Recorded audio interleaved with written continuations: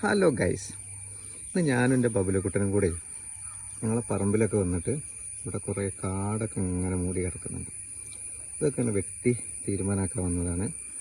ഞങ്ങളിവിടെ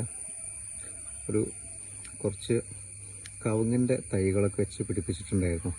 അതൊക്കെ ഇപ്പോൾ വളർന്ന് പന്തലിച്ച് അതിന് ചുറ്റോടിറ്റും കുറേ ചെടികളും പുല്ലുകളും ഒക്കെ അങ്ങനെ കൂടി കിടക്കുന്നുണ്ട്. അതൊക്കെ ഒന്ന് സെറ്റാക്കാൻ വന്നതാണ്. ബബുലു റെഡി അല്ലേ? തുടങ്ങാം നമുക്ക്. തുടങ്ങിക്കോളിൻ്റെ കുട്ടി. എങ്ങനെയുണ്ട്? ആടാ, നമ്മൾ ഇതേപോലെ കുറെ 8 വെച്ചില്ലേ ഇവിടെ? ഇത് നോക്ക്, ഈ സൂപ്പറായി വലുതായല്ലോ. ആ സൈഡിലൊക്കെ വെട്ടിയാളി എൻ്റെ ആഞ്ഞു വെട്ടടാ കുഞ്ഞിരാമ.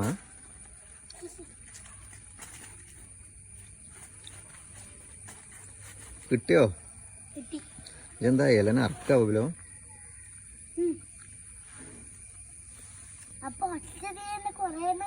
എവിടെ എടാ ചങ്ങായിച്ചത് അങ്ങനെ വെച്ചോണ്ടിരിക്കണ്?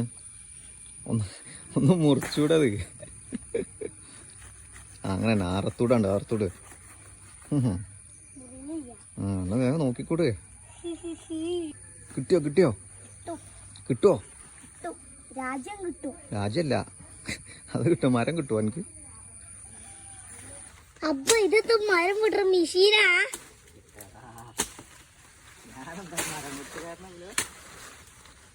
ആടോ അറിയില്ല. കിട്ടിയോ? അങ്ങനെ ഇട്ടാളാ. അപ്പൊ ഇത് ഞാൻ ഒറ്റക്ക് വെട്ടി.